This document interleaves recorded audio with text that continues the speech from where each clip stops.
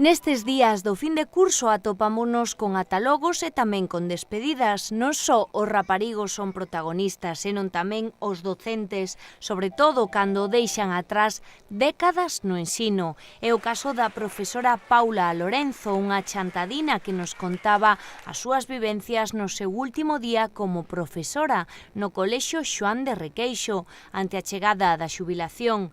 Unha vida ligada á ensinanza, pero tamén á relixiosidade. Quedámonos con anacos da súa conversa. Más de 50 anos, porque anteriormente a esta experiencia no centro público, eu fui religiosa da Divina Pastora, ainda me sinto religiosa. Bueno, estuve en moitos lugares, por suposto, centros de enseñanza da orden, estuve tamén fora de misionera, polo menos uns 11 anos. En que países?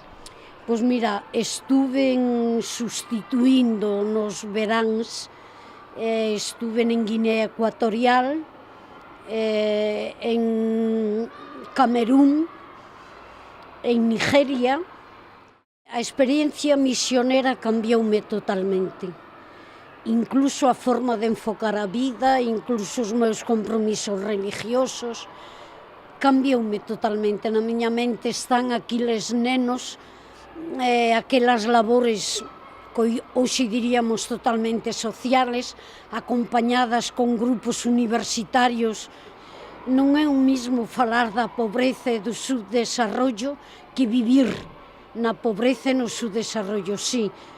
Automáticamente cambiou a miña vida, cambiou porque, claro, os colegios institucionales onde eu exercín a enseñanza, Madrid, 11 anos, Daimiel, Alicante, Monóvar, en fin, tamén me cambiaron. Despois unha enfermedade familiar tamén me trouxo aquí a chantada.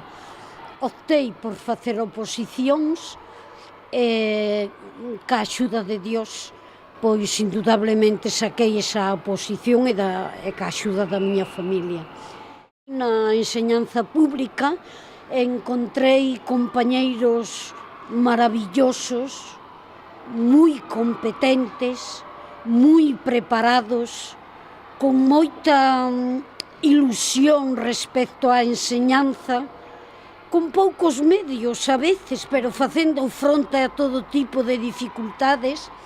Moito aprendín dos meus compañeiros e moito me toleraron, porque eu sempre me metía con eles e no momento que veía un compañeiro ou unha compañeira, bueno, en fin, que me levaba a corda, o humor, pois enseguida decía, ti misionera, ti cura, ti franciscano. Moito agradecimiento aos compañeiros, moito.